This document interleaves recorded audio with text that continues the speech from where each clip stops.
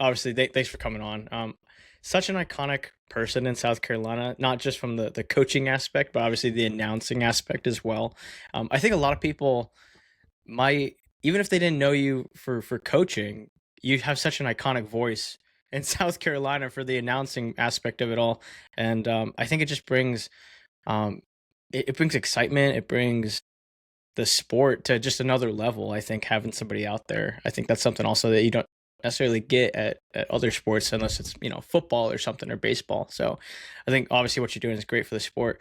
What I always do on here though, I always gotta ask, I always want to know, like, how did you get started in running? What's your story to that? And I think that's an important story because, well, for everybody, it is because it's such a unique sport, and not everybody finds it in a traditional way. I think now a lot of kids grow up, their parents maybe were a runner, so they come into it a little bit that way. But when I started, it was not, it was not on the radar. I was a traditional, I was a baseball kid, loved playing baseball. In eighth grade, a friend of mine said, "Hey, come out to cross country practice in the middle of August in Columbia." And I said, "Cross country, what's that?" Had no idea what that was. He said, "Well, we run." Well, I had been running for baseball like a mile loop, and I thought I was the stuff, just running that mile loop, in preparation for just baseball and those kind of things, that stamina. And so they had a time trial that very first day. And it wasn't a pretty sight. It wasn't a pretty sight, but I made it, and it was actually at Sesqui State Park, which I know you're familiar with, and so I got started that way with a friend, and my best friend to this very day. We were cross country buddies. It was a different runner on the team, but we ran throughout high school and those kind of things, and kind of a funny story that some of your kids that listen to this might want to know. So I finished last in the state meet my very first year. Not last on the team, last in the entire state meet. Well, that didn't sit very well, and got to work. And the next year I was fourth. So Wow. probably one of the Wow. biggest jumps. Yeah, no, that oh wow, that is crazy. That's crazy. That's awesome Yeah, though. it's a true story. And it's like when I was coaching, and I always tell the kids, anything's possible because it truly is in our sport, because it's just putting in the miles and putting in the work. And sure, talent helps, and a lot of kids come out with that, but most kids just come out and they just want to get better and just put the miles in, put the work in. Yeah, no, that is so true. It's funny. Thinking back, I tell this to my kids, but there was I think it was my senior year. And there was a kid. He was couple like a town over, and I think he was probably a sophomore at the time, maybe even a freshman at the time. Um, and it was the mile for districts, and in Florida we have districts, region, state for track to and cross country to move on. Um, and I remember I didn't have the best shot at the mile. Really, the 2 mile was my event, but I remember Me beating too. him, and yeah, right. I remember beating him, and just like I knew him, but he was just like just another random kid, um, going out there and trying. But he put in, like, I just kept hearing throughout the summer, like, man, like Steven is he's putting the miles, he's doing this X, Y, and Z. The next year, he goes to Foot Locker South, qualifies for the national meet, and Wow. just blows it up. Yeah, and it's like, wow, like for somebody like me, like I just wouldn't have seen that coming necessarily from just a random guy, but he put in the work and put in the miles, and really it just showed like anything's really possible. Exactly like It you is. said, it was just put in the work for it. Um, you know, as you're a runner, and at least for me, I early on kind of liked learning the sport. I wanted to ask questions. I was very like, I want to know, like, why are we doing this? How does this get better? Watching videos on Mile Split or various sites.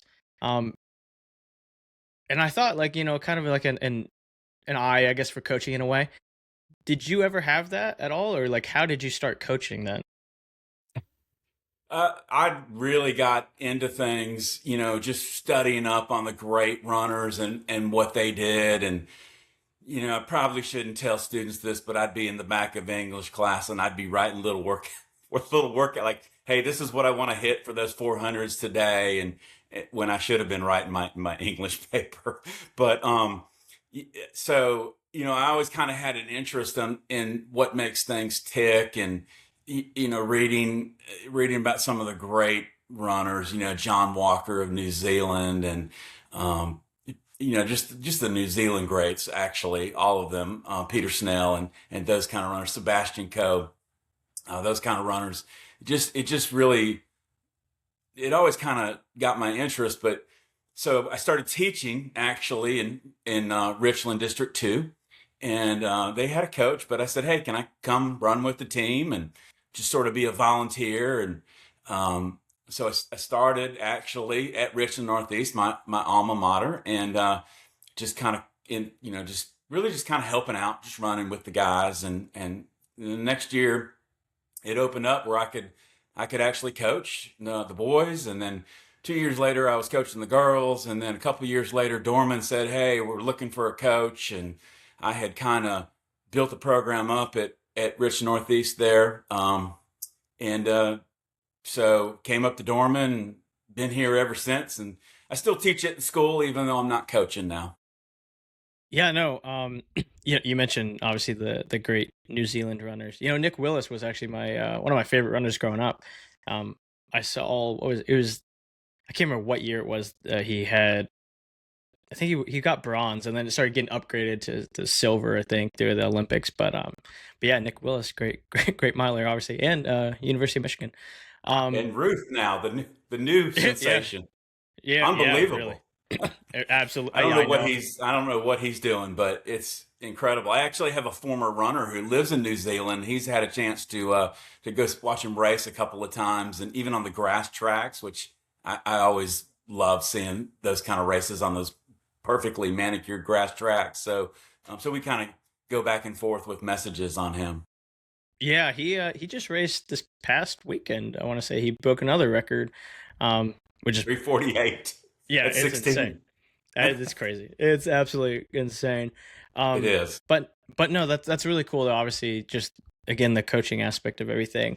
Um, as you built up, one program to go to another, was it at all like daunting in a way to kind of have to start over in a It way, was. because obviously you have what you built, and then trying to bring that success over to Dorman.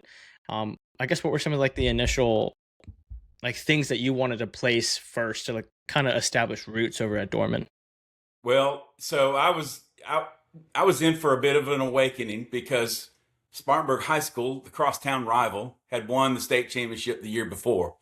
And so the team was they were intimidated. So we had to change that whole mindset. And that took a little bit of work, just to, but I think number one with any coach and a teacher for that matter is you got to love the kids, and you got to really care about the young people and trying to help them. That's number one. And then I think number two is you have to have that passion. And the kids they're gonna do what the coach does. Basically, if the coach has the passion and puts in the time and the work, the kids are gonna do that. And I think that's how you build a winning mentality. But to me, the winning mentality is it's not the wins and the losses. It's just grinding and putting in that consistency and showing improvement, because you can't control what the other teams are doing or what the other runners are doing. You want to get on the line and put forth the best you have on that particular day. And we wound up finishing fourth that first year, which was a really outstanding, showing.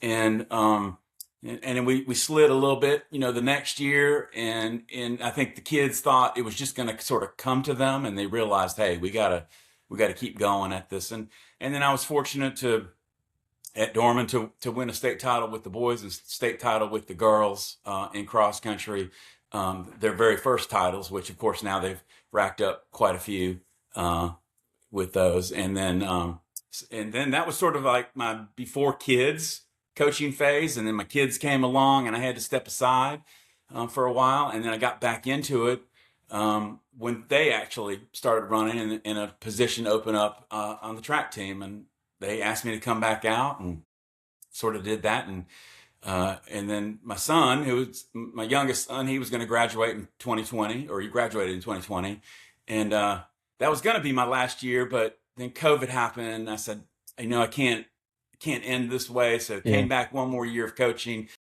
The Dorman track and field team won the state title. That was my last meet as a coach. So can't beat that really. And then Yeah. at that time, I started kind of announcing at the Dorman meets, and that's kind of how urban announcing sort of grew from that particular year, and actually probably out of COVID. Yeah, and I was gonna ask that kind of next here is like, with urban announcing and obviously again like just starting out in it, was there any, I guess, initial nerves starting out? I mean, announcing for one thing is like it's a lot, until you put a mic in front of someone's mouth. It's like it could be a little intimidating, to get up there and like and talk. Obviously, it's a little easier if you obviously the sport and you know some of the kids. It's you kind of make your way through it. But was there any like initial nerves to do it, or was it like just really natural? So when I first started doing it, I just kind of looked around, and really coming out of COVID, live results became a big thing because not everybody could attend the meets. People don't really remember. They think live results have been around forever, and they haven't. And it really grew out of COVID that just your weekday meet would have that. So I started looking around saying, well, what else can we do to make track and field better? And that's where the announcing came from. I just, we would have the first call and the second call. And I said, let me have that mic and see what I can do. And I just started kind of giving some commentary. And, so I'd bring a little boom box out there, and I'd hold the microphone up. I have a little, this really dates me, but I have an iPod hooked up to the boom box. And I'd play that, when we were changing hurdles and those kind of things. And that's kind of where the music sort of originated from. I was thinking about that the other day. I thought that was just kind of really archaic. And then people started saying, come to my place. And then I thought, well, maybe I can do something with this as a business and still stay involved with the sport, but not worry about, hey, everybody coming to me to complain about things. And although they still do that, they think I'm in charge of everything. But so that's kind of how it sort of happened. And I didn't invest a lot of money initially because I just didn't really know what was going to happen. And it has taken off. And so I've invested a little bit more and with my equipment. And so that's where the nerves come from now, I think, is what if I show up, the generator doesn't work, or I got a cord that doesn't work. That's where the nerves come from now, because I want to give whoever hires me, as well as the kids and the parents who are there, I want to give them the best of me, the best experience they can get. And so that's where the worry comes from now. Once I get going, it just sort of rolls. There's a little bit of that initial, like, how's the audience going to react? How are the kids going to react? It's been very positive, very positive. Yeah, no, it really has. Obviously, I think that when you look at again like just urban announcing as a company, and what it's done, like I said, like I've been in South Carolina for, this is my second year now, involved with the sport, but it's like right off the bat, like urban announcing, like I just knew it right away. It was so popular and it continues to be popular. Um, and it's funny you mentioned just like that really is the nerves of like, oh, is my cord gonna work? Is this gonna work? Because you're right, like it is for the fans and it's for the parents and the student athletes and everyone. I feel the same way about recording. Sometimes I'm like, oh, like, and it's crazy because it's like it's live. Like if you mess up, like, oh, you're done. Like if I don't make it to a position in time before the first guy goes to, it's like, oh wait, that whole shot is done. So, and I can imagine it exactly for you. It's like if you wait too long and you can't see who it is, it's like, well, all right, now we got to kind of pivot to another kind of keep the crowd going, more action. So I can imagine Absolutely. that And I is, make mistakes. I yeah, made a few mistakes. I misidentified the two girls from Philip Simmons at the state meet. I got them mixed up. And one of the coaches ran up to the tower and kind of helped me with that. And they were very helpful. And I think everybody's understanding when there's a mistake. Pronouncing names can be a challenge at Oh yeah. times.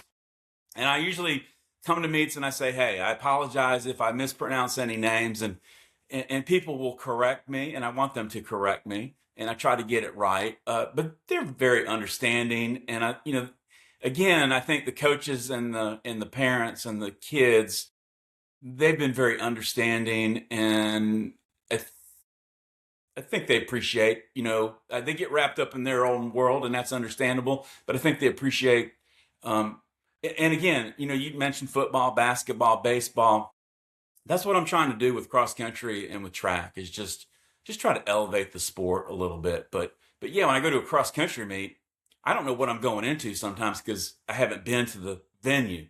Track is a track, although sometimes I'm dealing with a wireless mic, stadium mic, PA, that kind of thing. But cross country can be a challenge as to where I'm going to be and what's the best. And I don't want to I don't want my speakers right up in somebody's ear or the kids when they're finishing. So try to coordinate that with the meet director ahead of time. And sometimes I'll set up in a certain location and I'll say, hey, next year I should be over there. And it's a and I just make little notes and know that okay, next year if you're having me back, then we're going to try a different location. Yeah, no, it's cool that you mentioned that too, because I think there is a lot of like behind the scenes that obviously a lot of us don't see. And again, I can only speak on myself, but it's like similar. Like I'll try and get a course map and I'll scope out the spots, and I've even changed some locations of where I've been this year from last year, just because I'm like, oh, I can.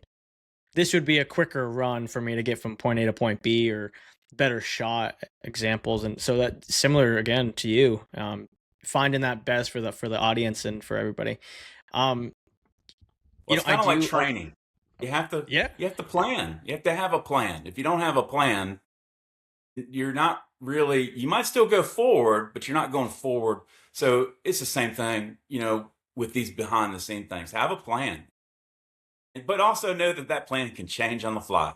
oh, absolutely. It can change on the fly. It's funny. Oh my god. And see, that's funny too, where it's um, like there's mistakes that have been definitely made on my part of like again like just doing stuff. I'm like, oh man, like that. But like no, obviously nobody notices. And again, I'm sure like you said, like mispronouncing names is one thing. I'm sure there's been you miss something. It's funny to look back on and be like, oh my gosh, like we survived it though. We like you said, you pivot and you make it happen. Um, I want to ask, obviously, like, what are some of your thoughts? You got to cover the cross country season. You were obviously out there announcing a lot, but what are some of your thoughts on how the cross country season this past one was? As a fan and as an announcer. And that's a great question. I thought it was a tremendous season. We things got started really well, obviously at the eye opener, but it's a long season as well. And so, I think you and I made a few comments on your videos about some things are going to happen at the state meet that you kind of expect to happen, and then some things are not. And I'm not going to mention any names or teams or anything like that, but there's always those surprises, which that's the excitement of the state meet, though, because sometimes I know the flu was going around, so that impacted some teams. Obviously, injuries are always an issue, but I thought that it was a tremendous season. And one thing I wanted to mention, really, because I mention this every time I announce, I always talk about sportsmanship. And I really think, not just this season, but just in general, I think the kids just show tremendous sportsmanship. There's a lot of camaraderie with them wanting to watch, like they're in a different classification, but they stick around. They want to watch their buddies or their long run partner, race and perform. And I don't really witness a lot of bad sportsmanship. And I think that's so important because that's probably the ultimate thing that we're really teaching the kids. And everybody knows how to win, but not everybody knows how to lose. That's tough sometimes. So, but I think the kids, so I just want to shout out really to the kids and then the coaches and the parents, because those are the ones who are setting that example from the get go. So I just want to make sure I kind of mention that about the sportsmanship, because that's something that I talk about at the beginning of the meets and just kind of remind the kids. And I know that's something they know, but they're teenagers, so you got to say things about 5 times. No, very true. No, that you in obviously that's a great take on it as well. I think you know, I think especially with cross country, um you always do see like team camaraderie and you know, and like you mentioned, like watching your buddy who may not be in the same classification as you, but you still know them, you train with them, and watching them sticking around. Like I think that's really cool. I saw that a lot at the state meet. A lot of Yeah, teams I did too. really sticking around and watching, and I thought that was really cool as well. And I mean, even just the community. I think the running community, especially with at least with I know out there and like road running and all that stuff is really pretty close usually. But especially again at the city meet, I can't tell you how many people uh, came up and said, good job. I was saying congratulations to a bunch of kids at the end. Like I think just building that running community in the high school level is really important. And obviously, again, like you said, we saw it a lot, especially at the state meet. And I try Everybody to do the really, same thing. Between the yeah, races, I try to get down there to the field and just congratulate a few kids that I've sort of gotten to know through announcing. Obviously, can't get to know all of them, but just some of them, and just, hey, fist bump, congratulations, or it's okay. It's gonna be okay if things didn't go so well for them. So I try to.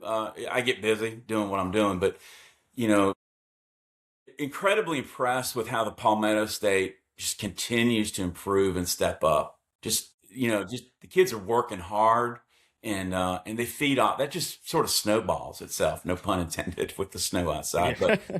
uh, it just really, I think, they read about, hey, so and so did this and so did that. It's time for I got to get out there and train today.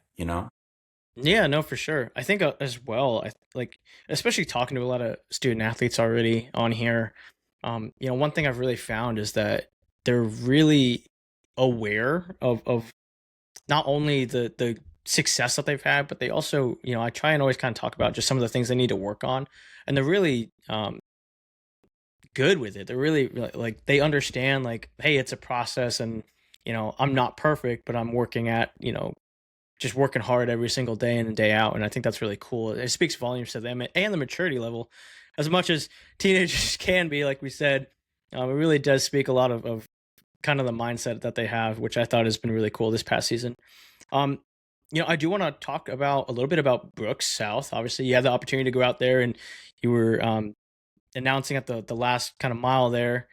How did that opportunity come arise? Was that something that was on the radar, like early on in the season? Obviously, like that Brooks kind No, of thing kind of came out at a weird time, like kind of in the right, middle, but towards the beginning right. ish. But yeah, yeah. So what was Right. that like? Well, I don't think that was even on the table. And Brooks sort of stepped up and said, "Hey, we're going to take over Foot Locker." And I don't. Seems like that was maybe September. It was. It was, or maybe August. I'm not sure, but they stepped in right away. And of course, so that opportunity, I really need to thank Tom Deming of Rhodes Timing up in the North Carolina area, and then Larry McAfee, the Larry McAfee course. Of course, those two reached out to me and said, "Hey, Superfeet insoles want to sponsor the last mile," and they were doing that at every Brooks championship, and they wanted someone to play music and just kind of pump the kids up, and they said you can just announce, and it worked out really great, I think, to be across the lake because I didn't interfere with any of the award announcements, but yet people could hear me across the lake. They could hear the music, and it was obviously a great opportunity and a lot of fun just to be around that level. And again, sometimes that's the type of meet also that sometimes things fall into place and you see people qualify who you kind of expect, and then some people step up and surprise. But McAlpine's kind of special because even I ran there many, many years ago.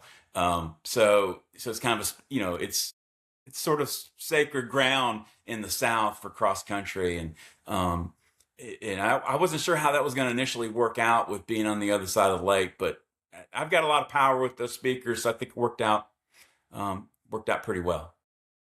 Yeah, no, it was great. Obviously, you did a great job.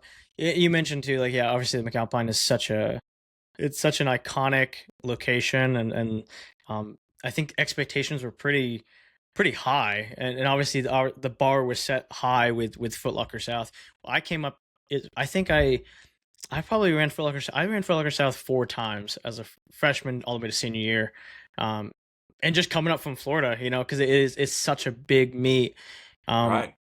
and so, yeah, obviously, even a little bit of pressure on you to continue to really make obviously what Brooks was like the first year in there. There's definitely expectations for it to be just as great, if not better. And I I actually thought they thought it made was, it better, honestly. yeah, I was gonna say, I actually thought they Yeah. made it better than what it has been. I feel like in the past couple of years, maybe Foot Locker has kind of gone down a little bit, personally, but Brooks this year definitely stepped it up. And I thought like the jackets were cool for the qualifiers. I thought like again like the announcing at both sides was really cool. They had a bunch of stuff out there. I saw like the Oakley tent was out there. Like it was Right. cool. There was Right. definitely good Well, I feeling think, for it. like any meet, and I always tell this to people when they sort of hire me and they're worried about different things, the meet directors, I always say if you get the right people in the right spots, everything's going to take care of itself and it's going to be an incredible event. So I think that's the key. That's not always easy to do, is getting, you got to get a great timer and those kind of things. And I think that's really the key with any meet, is just having the right people. Again, that passion, people who have the passion to give back to the sport and give to the kids. Brooks, kudos to Brooks, and Aventus actually is the group that sort of put that Yeah. together, which is Yeah. um, run by a group of runners, basically. So they coordinate that all over the country, and that's who kind of hired me through that. But that came about only a couple weeks to go, and there was some paperwork involved with it, just because it being a big event that I don't normally have to deal with. So we had to kind of rush to get some things on board. But like I said about those guys earlier who have done tremendous things for the sport, they were the ones that sort of recommended me and brought me on, and that's kind of how it got going. Yeah, yeah. Larry's always actually been he's been in pretty involved obviously for so long, and obviously the course named after him as well. But he's helped out with me a couple times when I lived in North Carolina, and now doing South Carolina and covering some events over there. Covered Wendy's past 2 years, and obviously Foot Locker this year. And he's always been really cool to. I remember early on, like I used to send out emails to the coaches to try and, hey, like YouTube, we're free. The race videos are free on here, and he's definitely has been helpful, especially with the North Carolina schools emails that I don't have. So obviously, shout out to him as well. Um, I want to talk about we got to talk about it. Dorman Distance Carnival, um, huge opening for this year. Obviously, last year sadly didn't happen, but hey, we're coming back strong. Um, I think it's funny because I really think like a lot of athletes and whatnot, like they don't know what all goes into like creating a meet, starting it up, like you mentioned, like timing, announcing, X, Y, and Z. Um, how did this get started? Was this something you always wanted to kind of do, to have like a big kind of meet like this? But no, this is again it kind of organic, like announcing. So 2016, I was coaching at Dorman, and at that time there weren't a lot of indoor opportunities. There weren't a lot of early season opportunities. The distance kids had worked hard all winter, and they were looking for something just to kind of break up that big training block. And I was, as a coach, talked to some other coaches, and they also agreed. I mean, we didn't have the you didn't want to necessarily drive 3 hours or 4 hours or 6 hours to an indoor meet. Usually, the weather here in February is can be really nice, and so we started with about 7 schools and maybe 150, maybe 130 kids. It wasn't much. And I said, this is just a scrimmage. This is just to let your new kids come out, get a feel for things before they toe the line at something that really matters. So, and it still is that scrimmage, and it still is a learning process. We're not looking to DQ kids. I mean, we will, obviously, if it's something blatant, but we're not looking, if you're on the line, we're just going to go over there and talk to you about it. those kind of things. So it started like that, and it has just grown and grown. And I think, I mean, I'm not trying to sort of toot my own horn or anything as the meet director, that kind of thing, but we put on a good meet. We run off at the times we say we're. In fact, usually we're a little bit ahead. And if you're ahead in a track meet, you look really good. Yeah, yeah. And so we stay pretty much close to that schedule. I look at the heats and I say, this is how much time we can allocate to this, and we got a great sponsor. I got to give a shout out to Run in Greenville. Dane Simmons, the owner there. They've also got locations in Simpsonville and Anderson, but he's donated thousands of dollars in merchandise that we can hand out to our elite athlete kids, as well as the kids who win the regular mile and those kind of things. So it's just grown. I've got a couple of people that have reached out to me for sponsorship as well recently, and that allows us to no entry fee for the teams. We keep admission very reasonable for parents. I think it's $5, and so those sponsorships kind of allow us to do those types of things. But I think people have come because, hey, they know we're going to put on a good meet, and they know there's going to be competition. I mean, I was looking at the list last night before we were going to talk, and just had another athlete reach out who's a really good athlete. So they just continue. It goes back to Field of Dreams. If you build it, they will come. And we're looking at probably about 700 athletes and probably well over 50 schools represented in this year's edition. And I know we're going to have good weather because we got all this bad weather out of the way. And we do have a little bit of a plan. We've got a plan for bad weather. Should that occur, we'll kind of look at the forecast and let the coaches and the athletes know what that plan might be. So we're hoping we're gonna at least get those elite races in this year. No, that's awesome. And it's I've been looking at the weather too. It does look like it's rising, getting back in the 60s. So hopefully for it. It's like you mentioned too, I looked at who was some of those elite entries last night, and man, like, you have a list. There is a good amount of runners attending this thing, and it's exciting. It is so exciting. And for such an early on scrimmage, as we call it, I think it's really gonna really kickstart the season. Obviously, because it is still early. I think it's gonna drive a lot of excitement out there, and it's exciting to see. It's exciting to see what some of these student athletes have been doing over the summer or over the winter. Absolutely. And hopefully they're on that treadmill or whatever they need to do, because the competition is lined up. It is incredible. It's very exciting as the meet director when you have some of these, and I don't want to leave any kids out. I know I would if I start dropping some names, but I've got that list posted on my website, and people can kind of see some of those kids that are coming, and hopefully everybody's healthy and they'll be there. But I think I found a good time for that meet, because I'm not competing. We're not competing with other, distance carnivals at the end of the season or the middle of the season and those kind of things, or we're not in the way of big other meets. So the only thing we're really competing with is the weather, I think. And that can obviously be an issue, although last year was the first year we had to cancel in 10 years of running it. But we've got kids coming from the low country. Obviously the upstate is well represented. We've got some kids coming from the mid-state. We've got some North Carolina kids. We just had our first entrant from Tennessee coming. And we got a couple coming from Georgia.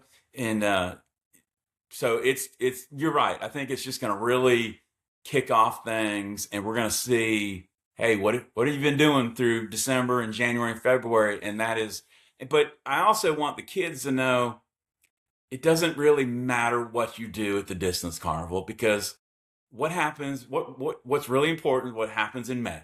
So don't sweat the Distance Carnival. I mean, obviously we want kids to come out and run well and perform well and have a good opening, but don't get caught up in, don't let that meet determine your season, I guess is what I'm saying. And you know that, as well, that one race does not, especially on February 21st, does not determine your season. But I know a lot of kids, they don't always see the big picture. Yeah. So if they're listening, don't worry about it. It's going to be okay.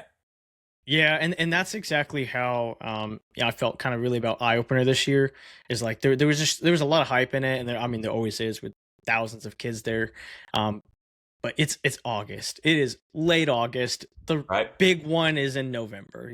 That's right. Don't let anything get your mind down about a race in this case early or mid February. I mean, there's so Absolutely. much time. There's so much time. Um, Something I want to ask about is like the meat. Obviously, again, like we just said, it's growing. It is growing. Something I saw in cross country at a meet, and I won't talk and or say the name of it, but it has grown. It grew so much this year that there was actually too much at it, and it was cool because it was an early on meet, but it almost like seemed like it reached its peak of quality running because by the time it got to some of the later races, the course was just tore up, just completely tore up from rain that happened and mud, and at that point, it got a little too out of control. Obviously, in track, we don't necessarily have that issue, but nevertheless, is this something that you want to continue to grow to a really high level, or is there kind of a cap off where you do see there's a cap where you kind of want to kind of keep it more localized, or do you expect, I mean, like you just said, we just saw running from, we got Georgia, we got Tennessee, like is that something you want, even maybe Florida runners coming up here for some like an early on event like this? Well, that's a great question. So obviously it's February, and I could let so many in that I have to turn away as far as teams go, and we could be out there till 10 o'clock at night. But is that a good thing in February? Is that going to work? Probably not. So I try to keep it. I try to keep my numbers limited. So teams that are in it this year, they get an invitation to come back the next year. Many do, but some don't. And then that opens it up. So I really kind of keep tabs on my numbers, and I do pretty much have a cutoff. Hey, this is the amount we're going to let into the high school mile. This is the amount we're going to let into the middle school mile, for instance. So we have X number of heats because right now we're at about a 6 hour meet, starting about 10. We finish about 4. And we've tweaked it over the years. Used to let more, used to let more teams put more entries in, but now I have to kind of cap that a little bit. The question has come up: do we have performance standards? Maybe that type of thing. We do have that when it comes to the elite races, and we do verify those particular times. But the meet started so that some of your brand new kids can come out and feel a big time atmosphere. Well, it wasn't a big time then, but just to feel an atmosphere of what a track meet might be, even though a distance carnival is not really necessarily, a track meet per se. It's a little bit different, but uh, so we're going to probably keep it pretty much where we used to do a 4x4. But what we found was most of the teams hadn't practiced it. So they didn't know what they were doing, and it became just sort of chaotic. So we eliminated that 4x4. But hey, some of those elite runners, you want to put together a little all-star 4x4 informally after that elite mile, come on out and let's see what you got. If you just want to do something for fun, we do an alumni community mile at the beginning. We always recognize some group that somehow had an impact at Dorman. This year, we're recognizing a 2004 girls state championship team, the very first girls state championship team. So we've got some of them coming back. So we try to reach back into tradition a little bit, and the great tradition at Dorman High School that has been so much there for so many years. But yeah, I mean, and we could make it a 2 day meet probably. We definitely could. We could do a 2 mile on a Friday night, but I think for the time of the year, I think we found a sweet spot basically. Yeah, no, as soon as you say 2 day meet, I'm like, yeah, it is February, but you're on the right page. Like, it's early, and I think you really kind of have found that sweet spot of a good balance, and whatnot. Um, Last And thing, hopefully the coach. meet's going to Oh, continue when I sort of step back from it, which is not anytime soon, but hopefully it's a meet that will continue, but maybe it won't. I don't know. no, I hope. Hey, again, some of these like meets are they become like staples of a schedule, I think, and obviously like this one, it really is, and I think again this year, I think it's really gonna um, put it really even more on the calendar to get more out there, more elite athletes and middle schoolers and freshmen wanting to really come out here and just again shake off the rust, like we mentioned before. It's a great race to just shake it off, see what you got going. You're obviously surrounded by such talented student athletes. Like it's going to be a great one out there. We'll be out there. I'll be watching. My son's running, so it'd be cool Yeah, to we have him in there. look forward to having you out there and just everybody. It's going to be a party. It's going to be a kickoff to 26 party, and we're going to have a good time. Yeah, absolutely. I can't wait to see everybody out there as well. Um, Last thing, Coach, if you want to mention anything that we haven't talked about the Dorman Distance Carnival, the floor is yours. Do you have anything? Well, so I'm trying to put out some little Instagram posts of our elite athletes and trying to recognize them. And so if they haven't reached out to me, it's okay. You can reach out to me. I sort of have some times in mind as to what that would be, but we trying to promote the kids with those kind of things. The coaches have sent me some photos that I can kind of use with that. So we really want to. That's a way that we've promoted the meet. But we want you to just come and have a good time and enjoy the meet. And I hope it kicks off your season. But I just want to remind the kids that it's not the be all end all. It's we're just gonna have a good time and hopefully you have a good time coming out running and those kind of things. Trying to line up something as a little incentive that if we have meet records broken, we can give our athletes a little something extra. So I'm working on that. I do think we have quite a few meet records that will be uh, potentially in danger. And, that's something I like as an announcer. I like to build up, what the meet record is and can we get it. So kind of letting the kids know that we're trying to work on something for you as a little added incentive. Yeah, for any viewers who do not know the elite athletes in here so far, like you said, it's on your website posted. Definitely take a look at that. It's awesome. It's such a stacked field for an early February meet like that. So it's really cool to see. Coach, thanks for coming on again. I appreciate it. I think a lot of people again they if you don't hear it, you should hear it every single time you're out there. Just appreciate everything you're doing. I appreciate It really is awesome. You're elevating the sport, making it exciting, and I know I'm appreciative of it. I know the whole state is as well. So thanks for coming on, and yeah, well, I can't wait to get out there and have a great time at the Dorman Distance Carnival. Well, Corey, thanks for having me and thanks for your kind words. And I look forward to seeing you in about 2.5 weeks, right? Yep. There we go. 2.5 weeks. All right, kids, get off that treadmill. That ice is melting, right? Take care, Coach. Okay, you too.